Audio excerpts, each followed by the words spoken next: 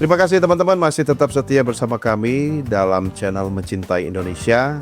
Dan cara kita mencintai negeri ini tentu dengan memberikan masukan, kritik yang konstruktif, dan termasuk dengan berbincang santai dengan Prof. Ikrar Nusa Bakti. Prof, Ya, tadi di awal saya sudah sempat menyinggung soal kabinet gemuk.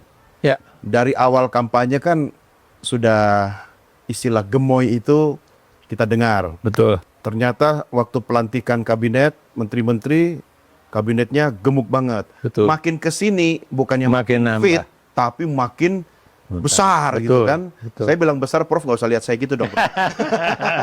Karena saya bukan bagian dari kabinet gitu. Nah, maksudnya kan dulu kan kita juga suka dengar kan efisiensi, ya kan. Ternyata yang diefisiensi anggaran. Tapi kalau anggaran efisiensi, anggotanya banyak, badannya nambah, belum lagi komite-komite dan sebagainya. Gimana itu, Bro? Ya, jadi begini ya, Presiden Prabowo begitu dilantik kan langsung kemudian melakukan suatu kebijakan efisiensi, mengkat anggaran-anggaran dari semua kementerian dan lembaga, ya. Walaupun kita tahu ya bahwa kita ini kan punya trias politika. Ya. Trias politika itu ada eksekutif, legislatif, eksekutif, yudikatif. Nah, pembagiannya itu dalam artian persentase itu nggak sama. Maksud saya kelihatannya legislatif lebih tinggi dibandingkan anggaran untuk eksekutif ya. Memang dari segi angka eksekutif paling tinggi karena memang banyak. Posnya paling banyak. Posnya paling banyak. Tapi kalau dilihat dari per per bidang atau per individu ini kan jauh lebih kecil dibandingkan legislatif ya. Dan kemudian Anda juga tahu dalam kaitannya dengan yudikatif, makanya Pak Prabowo kan kemudian meningkatkan tunjangan, kalau Anda masih ingat ya, itu buat hakim kalau nggak salah. Ya. Jadi itulah intinya supaya jangan sampai jalannya pemerintahan ini terganggu gara-gara ketiadaan pendapatan yang seimbang lah gitu. Pendapatannya seimbang. Oh iya, iya. Jadi maksudnya biar nggak teriak-teriak gitu ya. Ya, tapi kan Anda tahu ya, itu pun sudah membuat banyak orang kemudian berpikir, kenapa kok tiba-tiba DPR per orang itu mendapatkan tunjangan rumah? Alasannya katanya karena banyak yang nggak punya rumah dan kemudian rumah apa istilahnya itu tempat rumah dinas DPR itu ya, bukan nggak representatif, sudah tidak layak huni. Iya. Dan banyak juga orang yang kemudian katanya berasal dari daerah dan sebagainya ya. Tapi itu melukai hati masyarakat lah. Betul, betul. Maksud saya gini, Prof, kan Presiden Prabowo kan harus mendengar suara-suara dari masyarakat. Bukan hanya untuk membungkam suara-suara yang menentang kebijakannya di gedung sebelah gitu kan. Nah, ini kan nggak boleh berhenti programnya Presiden Prabowo. Tetapi kan juga masyarakat tidak boleh jadi korban. Bagaimana menjaga keseimbangan trias politika tadi itu, Bro? Jadi begini ya, yang jelas ya, kekurangan di dalam pemerintahan Prabowo ya, yang sekarang banyak sekali dikritik orang ya, bagaimana kemudian bidang hukum itu diperkuat ya. Maksudnya itu adalah bagaimana agar yang namanya misalnya kalau Anda itu adalah aparat hukum, itu benar-benar menjalankan tugas Anda itu secara baik. Saya beri contoh lah ya. Ini kan buat saya itu Kejaksaan Agung itu kan main-main ya. Kenapa begitu? Saya beri contoh aja Kejaksaan Negeri Jakarta Selatan masih please antarkan itu si Sylvester Matutina karena dia harus ini. Masa jaksa ngomong begitu, emang itu nggak punya aparat atau memang ini tidak ada kerjasama dengan polisi? Dia harusnya minta tolong damkar, Prof. Mungkin itu tepat ya. Atau kemudian masa nggak punya gigi? Ya itulah ya. Dia aparat hukum loh ya kan. Itu yang sampai sekarang masih banyak orang bertanya, yang jadi presiden itu Prabowo atau masih Jokowi? Kenapa kemudian itu kasus Sylvester Matutina aja tidak bisa diselesaikan sampai detik ini, malah mereka bilang wah ini udah habis kadaluarsa masanya untuk kemudian dia dieksekusi. pertanyaan saya, kalau itu terjadi nanti misalnya kalau saya melakukan pelanggaran hukum, ya udah saya diam-diam aja di rumah pengumpet gitu kan. Sampai Nanti kadaluarsa. Sampai kadaluarsa. Katanya kadaluarsanya itu cuma 4 tahun atau berapa tahun. Saya nongkrong-nongkrong aja, kemudian diam-diam, kemudian akhirnya udah kadaluarsa ya, gue bebas dong. Lah ini orangnya nggak diam-diam, tampil di TV. Betul, tampil di TV, naik super jet ya, private jet dari Jakarta ke Singapura, sama Gibran pula lagi kan, itu kan. Lalu orang bertanya. Tapi itulah Prof, Presiden Prabowo kan sering banget tuh ngobrol, ketemu sama mantan Presiden Jokowi. Terakhir juga kan ngobrol lagi. Itu sebenarnya apa sih yang terjadi? Ya, kalau dulu memang kalau saya perhatikan ya, Pak Prabowo tuh kelihatannya masih dalam tanda kutip ya, masih di bawah bayang-bayang kekuasaan Jokowi. Ya. Dan Prabowo sepertinya juga orang yang dalam tanda kutip ya, ini masih punya hutang budi kan. Tapi kalau kita lihat kasusnya BG, ya harusnya Prabowo juga mendasari dirinya dari situ dong. BG ini kan whether you like it or not, adalah orang yang membuka pintu bagi Prabowo Subianto untuk bertemu Jokowi, berdiskusi dari stasiun MRT, betul, Lebak Bulus ya, sampai ke Bundaran HI. Ini aja kemudian kan akhirnya dipecat. Terpental ya. Ya, harusnya dia juga bisa melakukan hal yang sama terhadap misalnya Listio Sigit Prabowo. Ya, agak susah karena ada nama Prabowo-nya.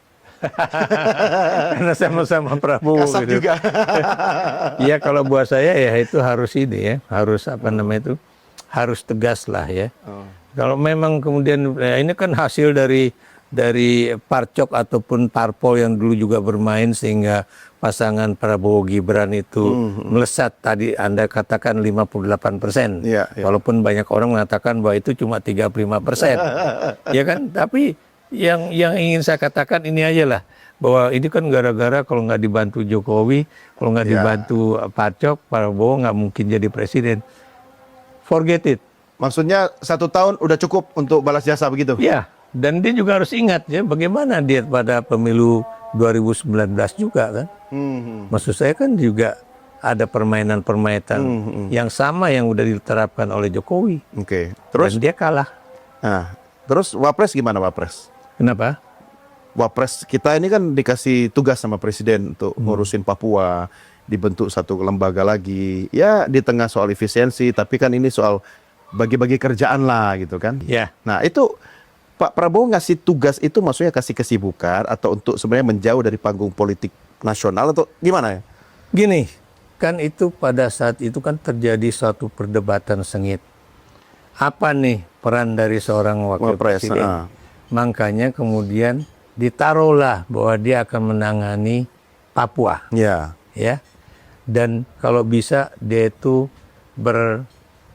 domisili di tanah Papua, ya. Tapi apa yang terjadi? Anda tahu kan, ya, teman-teman mereka yang ada di Papua, kok Gibran ditaruh di Papua, ngerti apa dia soal Papua kan begitu. Beda sama Pak Jokowi. Maksud saya begini ya, kalau Anda tanya saya tentang Papua, saya bisa menjawab pertanyaan Anda dari A sampai Z ya, walaupun tidak sedetail yang ada. Karena biar bagaimanapun saya punya basic pengetahuan tentang Papua. Ya kan? Kalau Wapres? Wapres sekarang saya mau nanya sama Anda ya. Dia punya basic pengetahuan tentang Papua atau tidak? Sering nggak dia datang ke Papua? Paling nggak ikut bapaknya jalan-jalan ke berbagai distrik ataupun kota besar di tanah Papua. Kan mungkin tinggal tanya AI, Prof. Bisa. Itu kalau dia menggunakan AI. Tapi Anda tahu dia sendiri ngomong, ini saya kok serba salah, ngomong tentang AI salah, ngomong tentang makan bergizi gratis salah. Itu tim komunikasi Wapres itu orang-orang bagus semua loh, Prof. Banyak teman saya di situ, tapi masih kurang oke juga menurut Prof. Ikrar. Pertanyaannya, dia membaca atau tidak? Apa yang disodorkan oleh orang-orang mantan-mantan menteri atau kemudian dulu pejabat tinggi di era Jokowi atau bahkan di era Susilo Bambang Yudhoyono, kan begitu ya. Mengapa? Karena kesan orang itu kan dia suka main mobil-mobilan yang ketika anak saya masih SD kelas 5 itu Hobi-hobi. main gitu kan.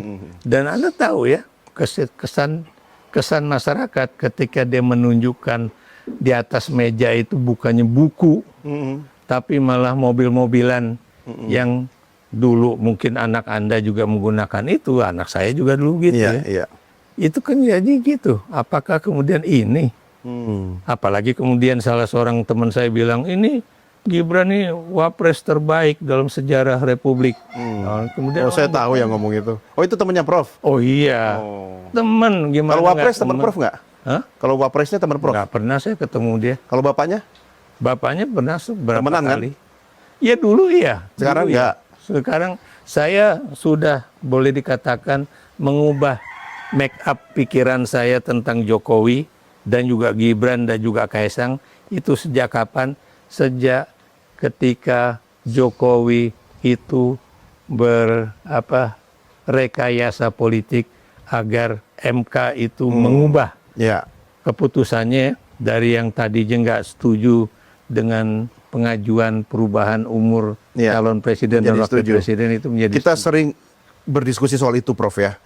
Dan ketika Presiden Jokowi sudah tidak menjadi presiden lagi, beliau masih rajin bersilaturahmi kepada Presiden Prabowo penerusnya. Apakah menurut Anda itu merupakan bagian manuver Pak Jokowi juga ketika dia masih berkuasa yang sekarang dia lakukan kepada penerusnya? Pada awalnya emang lebih banyak katanya Prabowo yang datang ke Solo kan, karena biar gimana pun kalau Prabowo bilang ini senior dan ini bisa lah itu menjadi orang yang saya minta pengetahuan untuk memberikan bimbingan.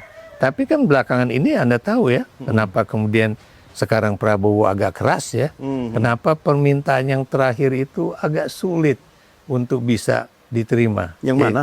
Yang itu bahwa secara tidak langsung itu Jokowi menginginkan agar pasangan Prabowo Gibran itu akan bukan cuma dari 2024 sampai 2029, tapi akan lanjut 2029 ke 2034.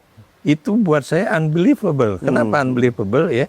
Karena ini kan 1 tahun perjalanan pemerintahan aja belum berakhir ya. Dan maaf saya ngomong terus terang ya, Pak Prabowo itu, kalau apalagi Anda seorang jurnalis ya, itu bisa Anda lihat ya, Pak Prabowo itu kalau misalnya duduk bersama Gibran, itu terjadi sebuah misalnya kontak mata seperti Anda dengan saya, dialog seperti Anda dengan saya atau tidak. Apa yang saya katakan di sini, itu Pak Prabowo itu kelihatannya selalu duduk dan melihat ke kanan ya, ketimbang kemudian ini berbincang-bincang dengan Gibran. Artinya menghindari kontak mata. Betul. Kenapa itu terjadi? Karena memang kalau Anda perhatikan ya, tidak bisa itu match antara... Nggak bisa ngobrol maksudnya? Bukan cuma nggak bisa ngobrol, tapi juga nggak bisa yang tadi saya katakan ya, namanya seorang presiden dan wakil presiden itu kan harus melakukan diskusi. Iya. Termasuk setiap hari harusnya diskusi. Harusnya. Kenapa? Kayak misalnya akan ada, memang yang namanya hak prerogatif ada di tangan presiden. Tapi kalau misalnya akan ada pergantian kabinet atau pertemuan dengan tokoh-tokoh politik. Hari 1, hari 2 harus atau dengan pertemuan dengan tokoh-tokoh militer, itu kan harus ada suatu duit tunggal. Iya. Tapi kalau menurut saya itu kesalahan Presiden Prabowo, Prof. Kenapa? Karena Presiden Prabowo nggak punya hobi mobil-mobilan. Jadi nggak ada minat yang sama. Oke, taruhlah kita coba kesampingkan RI2 dulu. Kalau misalnya RI2 itu Prof anggap tidak bisa bekerja dengan optimal, tapi kan kabinet kita ini kan kabinet super gemoy. Wamennya aja banyak sekali, bahkan ada satu kementerian wamennya bisa 2 gitu kan. Kan Dagri kalau tidak salah malah 3 kan. Ya kan, termasuk Kementerian Kesehatan juga berapa? 3 kalau nggak salah juga. Nah, 2 jadi atau 3. itu sebenarnya arah maunya Presiden Prabowo plus Gibran dong harusnya itu kalau ada obrolan ya itu kemana? Jadi begini Bung ya, Anda pasti mengerti namanya manajemen pemerintahan ya. Anda pasti mengerti ya, di televisi kan juga gitu ya. Ada pemimpin redaksi, Iya. kemudian wakil pemimpin redaksi, redaktur pelaksana Betul. dan sebagainya. Ini membawahi siapa dan Iya. siapa aja yang harus mendengarkan omongan dia. Itu kan yang terjadi. Nah, pertanyaan saya, apa fungsi dari seorang menteri? Ya, seorang menteri itu kan cuma mengkoordinasi, ya nggak? Iya. Dan kemudian mempersiapkan suatu kebijakan. Dan dari mana kebijakan itu dibuat dan juga dikumpulkan datanya? Tentunya dari dirjen ke direktur, betul. dan kemudian ke staf ya. Paling banter nanti akhirnya ke eselon 3. Ya nggak? Ya. Saya ini biar gimana pun saya pernah jadi pegawai negeri ya. Dan ada NIP. Ada NIP. Jadi saya mengerti ya. Jadi bagaimana sebuah kebijakan itu lahir, berproses, lahir, dan bagaimana kemudian itu dieksekusi. Nah itu kan tinggal, misalnya kalau Anda jadi menteri, kan tidak tinggal mengatakan ini jalankan. Iya. Siapa yang menjalankan? Pasti dirjen. Iya. Ya nggak? Dirjen, ada direktur. Nanti ada direktur. Iya. Terus sampai ke Pelaksana. Ke pelaksana di saya katakan eselon 3 lah. Iya, gitu. iya. Nah tapi kenapa kemudian Prabowo masih bikin misalnya untuk Wamen. kesehatan ya, sampai tambah wamen. Iya. Keuangan ada berapa? 3 wamen. Iya, gitu iya. kan? Dan kemudian juga Kemendagri juga berapa. Gitu. Jadi itu semua kan buat saya tadi menambah jabatan. Itu kan juga menambah rumah dinas, Iya. menambah mobil patroli dan juga motor patroli ya. Dan kemudian juga menambah security, menambah biaya listrik, macam-macam. Berarti itu kali jawaban dari Presiden Prabowo bahwa angka pengangguran berkurang karena udah diserap oleh kementerian dan lembaga. Itu yang makanya saya ketika 17 Agustus itu kan dikatakan bahwa Presiden Prabowo ini sudah menghimpun apa yang menjadi impian dari presiden semuanya, yaitu bagaimana menyederhanakan rakyat, Iya, iya. meningkatkan pendidikan, bla bla bla. Itu yang kemudian ini gimana nih? Kenapa saya juga nggak terlalu keras dalam mengasih komentar itu? Kenapa? Karena biar bagaimanapun saya harus memberi kesempatan pada Prabowo daripada Sudah 1 tahun. Ya, Iya. maksud saya. Kesempatannya udah nih 1 tahun nih. Oh iya, tapi jangan sampai si Gibran yang kemudian mengambil alih jabatan presiden. Kok kenapa sih benci banget sama keluarga Jokowi? Oh, Prof, geng ini- Solo di kabinet berarti harus gimana dong? Begini, Bung. Ya. Ini nothing to do dengan kebencian. Oke. Anda bisa mengatakan saya benci sama Jokowi ataupun Gibran dan sebagainya. Bukan. Tapi yang saya pikirkan bagaimana nasib bangsa sebesar 286 juta jiwa ya, itu ditentukan oleh seseorang yang kemudian even ijazah SMA-nya dipertanyakan ya. Oke. Dan kemudian kalau ditanya oleh publik mengenai Pak gini, wah nanti udah Presiden Prabowo itu udah membuat kebijakan, tunggu aja nanti jalankan. Oh. Atau kemudian diminta untuk Pak silakan pidato. Oh enggak, saya udah mau pulang Surya. Ya, kayak terjadi dengan Iwayan Koster waktu Gibran datang ke Bali. Gitu. Iya, iya, iya. Ya hal-hal semacam itu ya. Atau Oke. seorang misalnya ya, seorang perwira tinggi TNI ya, kalau nggak salah bintang 1 atau bintang 2 tuh bertanya di Lemhanas Iya, mengenai bla bla bla bla, tiba-tiba jawabannya, Anda udah pernah ke Danantara ya? Nanti Anda ke Danantara aja ya. Nah, jadi apa yang ditanya, apa yang dijawab?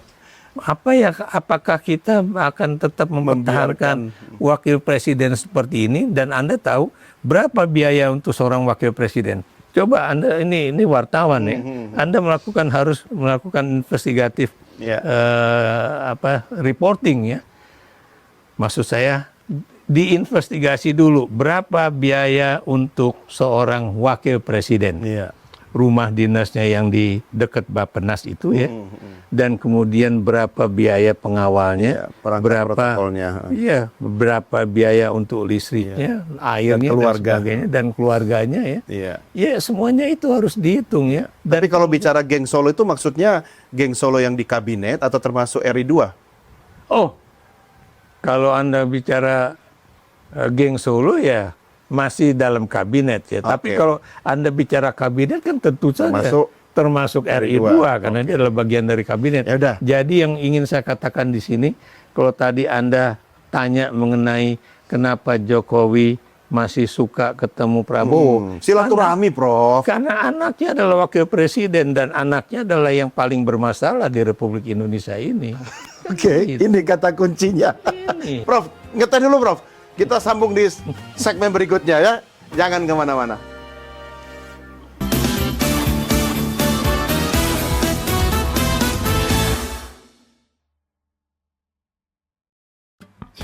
Ya, teman-teman, mari kita lanjutkan diskusi dan bincang-bincang kita yang makin hot di tengah suasana rindang, asri, kediaman Prof. Ikrar.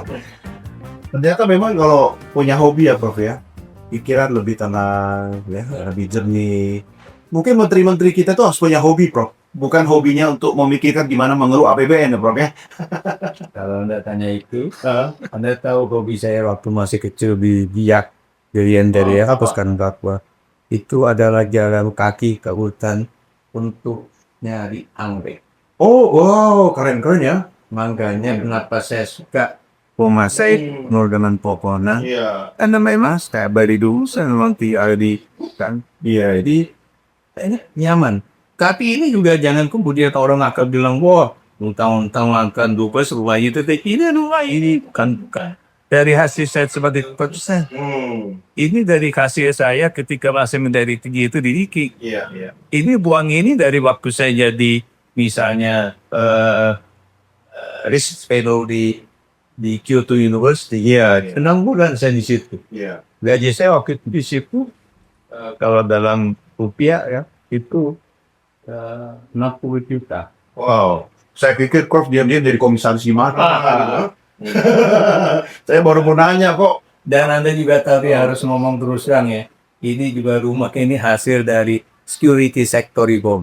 Oh. Gitu saya aktif di situ. Iya, iya, iya. Dan Anda tahu biayanya itu cukup besar. Ya, itu ya aktivitas ya. Kemudian Bahkan menteri-menteri kita itu kan sekarang juga berpikir gini, Bro. Saya belum tentu 5 tahun. Mumpung masih di dalam, ya kan, gimana caranya kreativitasnya itu memberikan keuntungan. Nah, termasuk saya mau balik lagi soal tadi yang geng Solo itu, Bro. ya. Kan geng Solo ini kan ada 2 versi nih, yang VVIP, yang menduduki posisi RI2, sama yang di dalam kabinet. Yang di luar kan udah banyak tuh, Prof. Jadi gini, saya menjelaskan ke Cadai. Kalau Anda terpilih menjadi presiden, Anda itu kan bukan cuma legitimate pun ya. Power Anda itu ya, atau kekuasaan Anda itu didasari oleh legitimasi. Dan dengan power dan legitimasi itu makanya Anda punya authority, ya, otoritas. Ya. Otoritas itu terakhir Anda punya juga bisa menentukan siapa menjadi anggota kabinet. Pertanyaan saya, ketika terjadi penggantian pemerintahan dari Jokowi ke Prabowo, apakah kemudian Prabowo punya hak prerogatif penuh untuk menentukan siapa akan menjadi anggota kabinetnya? Jawab itu dulu deh. Harusnya iya, tapi tidak. Harusnya iya. Harusnya iya. Ya. Ternyata tidak. Ya. Tersandera dong. Karena Anda tahu ya, dia udah punya ditentukan sama Jokowi. Iya. Ini termasuk Menteri ini sama polisi itu. Makanya banyak orang juga mempertanyakan tentang Kapolri ya. Apakah Kapolri itu masuk menjadi anggota kabinet atau tidak? Dan kenapa kemudian tidak juga dilantik pada saat pelantikan anggota kabinet? Tapi kan masuk belakangan nih. Oke. Ya begitulah. Jadi yang saya katakan, inilah dasar dari ilmu politik itu adalah bahwa if you were elected as a president, yeah, you have the power based on legitimacy and that you have the authority. Otoritas itu penuh, ya. Walaupun memang dalam penentuannya Anda bisa saja melakukan kompromi politik, tapi Anda lah yang akan menentukan. Ya. Ternyata otoritas Presiden Prabowo nggak tunggal ya? Oh, Pak. Anda bisa sebutkan aja pada saat itu kabinet pertama dari Prabowo Gibran itu siapa aja gitu ya. Satu contoh misalnya bagaimana Jokowi sudah menentukan si A, si B, si C, dan sebagainya duduk di kabinet. Termasuk Sri Mulyani. Termasuk Sri Mulyani. Tapi saya ingat kan Sri Mulyani, jangan salah ya. Sri Mulyani itu bukan kemudian apa istilahnya itu juga Jokowi yang menentukan, tapi kan karena memang ada permintaan dari luar ya, karena biar bagaimanapun dia adalah orang yang masih dipercaya oleh Bank Dunia dan juga IMF ya, dan juga tentunya negara-negara luar ya untuk menjadi menteri pangan gitu. Jadi makanya kemudian Sri Mulyani masih tetap marah di kabinet Prabowo Gibran. Tapi kemudian terpental dan ada beberapa nama yang dianggap sebagai geng Solo mulai keluar dari kabinet. Kira-kira setelah ini? Ya, jadi gini ya. Saya tweet aku dari awal Idul Fitri dulu lah ya. Siapa yang dimaksud dengan geng Solo yang tadi dikatakan sebagai inner circle ya, atau kemudian geng Solo tapi dia terlalu longgar lah. Tapi kalau yang dalam inner circle kan Anda bisa lihat ya. Saya akan datang waktu Idul Fitri ke Solo. Dan kemudian ada yang mengatakan bahwa dia itu bos saya, mantan bos saya, tapi enggak, dia dulu masih bos saya. Kalau saya begitu ya, kalau Anda mengatakan seperti itu, saya sebagai Presiden Prabowo, langsung saya ganti. Kenapa? Karena Anda masih punya loyalitas ganda. Satu masih loyalitas kepada mantan Presiden, yaitu Jokowi, yang kemudian baru Anda loyalitas ke saya. Dan kalau udah begitu, siapa yang nanti akan Anda ikuti omongannya, gitu ya. Nah, Anda lihat ya, sampai detik-detik sebelum tanggal 4 Oktober, Jokowi masih merasa bahwa dialah masih memiliki suatu kekuatan yang above ya, di atas dari kekuatan seorang presiden yang bernama Prabowo Subianto. Nah, makanya ketika tanggal 4 Oktober itu, ketika Jokowi datang ke Kertanegara, itu yang kemudian terjadi suatu perubahan besar. Dan buat saya, maafkan Om Pusla, buat saya itu Jokowi ini benar-benar merusak pikiran Prabowo. Benar-benar. Kenapa begitu? Anda bayangkan ya, besok itu adalah hari ulang tahun Tentara Nasional Indonesia. Dan ini akan banyak itu acara. Iya. Dari sorotan. Ya, bukan. Dari itu kan ya, sorotan internasional ya. Saya aja waktu itu was-was juga, mudah-mudahan nggak ada kecelakaan dalam ulang tahun TNI. Karena itu kan banyak, ada yang flypast, ada yang defile, ada yang ada kecelakaan, paling ada 2 orang anggota PMT serta wafat karena saya. Nah, macam-macam ya. Ini kemudian datang seakan-akan dia hanya mengatakan bahwa saya cuma datang ke rumah Kertanegara hanya mengatakan bahwa saya siap menghadiri hari ulang tahun TNI besok. Apa yang terjadi? Ternyata dia nggak datang. Maksud saya begini, berarti dia berbohong mengenai satu, apa urgensi dia datang ke rumah Prabowo Subianto di Oktober 2025 kemarin. Kemudian katanya dia cuma ngomongin soal siapa yang menghadiri ulang tahun, tapi ternyata banyak lain-lain.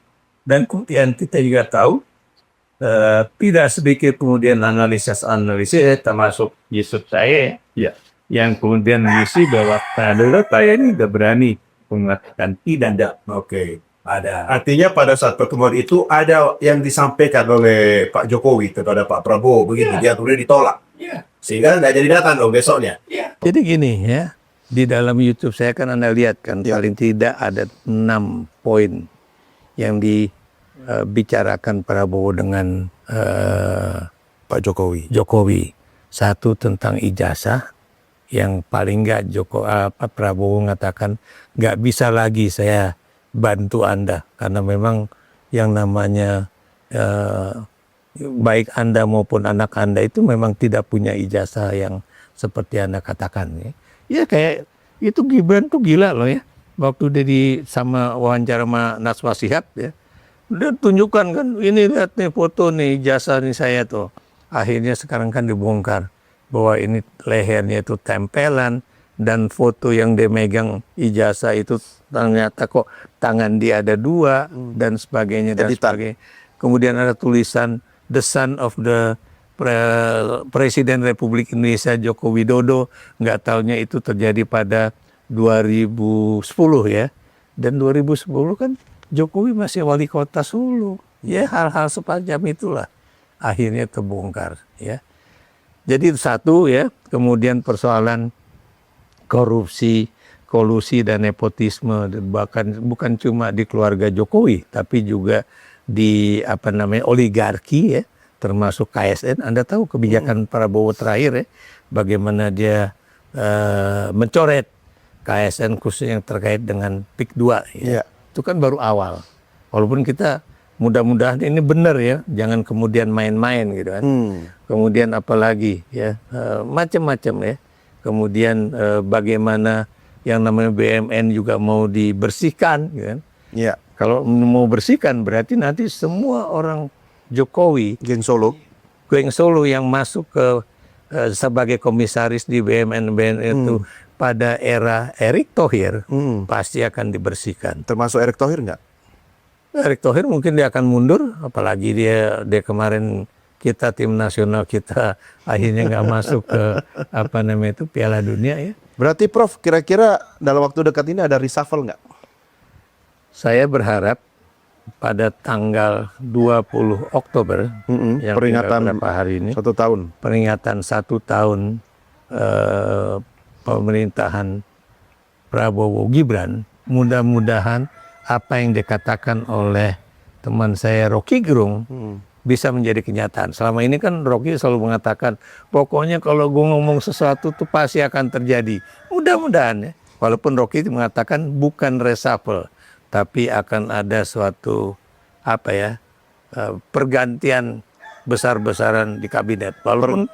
Walaupun ini sebetulnya udah terjadi secara bertahap ya. Diawali dengan misalnya pemecatan Wakil Menteri Tenaga Kerja ya. Iya. Pergantian besar-besaran ini maksudnya jumlah yang diganti ini besar, banyak, atau jabatannya yang levelnya besar? Kalau buat saya, jabatan-jabatan di kementerian-kementerian strategis yang masih didukui oleh orang-orang Jokowi. Kalau Anda tanya sama saya, siapa yang Anda pilih untuk diganti duluan? Bahlil. Oh iya, kenapa Bahlil? Nothing to do dengan persoalan di UI, karena saya alumni UI. Iya. Nothing to do juga dengan dia misalnya ketua umum Partai Golkar, bukan itu. Tapi sebagai Menteri Energi dan Sumber Daya Mineral, Anda bisa lihat bagaimana kerusakan persoalan hilirisasi, hilirisasi tambang, ya. Bagaimana itu yang namanya kerusakan dan juga korupsi di situ. Kemudian bagaimana dia mengatur Pertamina ya, dan kemudian memaksa SPBU swasta asing itu kemudian membeli minyak dari Pertamina. Yang katanya ini presiden udah setuju bahwa ini dinaikkan dari kadar etanol 5% menjadi 10%. Padahal Anda tahu kalau misalnya Anda pakai bensin yang dipasang etanol, mesin mobil Anda, whether you like it or not, ini akan cepat haus. Iya, saya sih sebenarnya jarang menggunakan SPBU plat merah, Prof. Tapi karena sekarang nggak ada pilihan. Iya, saya terus terang ya, saya pakai Shell. Tapi sekarang mau pakai apa coba? Tapi berarti statement Prof tadi akan membuat kita menunggu paling cepat 20 Oktober akan ada reshuffle, atau setelah itu berarti saya berharap, saya nggak pernah matiin handphone, Prof. Handphone saya 24 jam nyala nih. Nunggu panggilan. Nunggu. Jadi apa aja lah. Prof, kita ngeteh lagi, Prof ya. Oke. Kami segera kembali.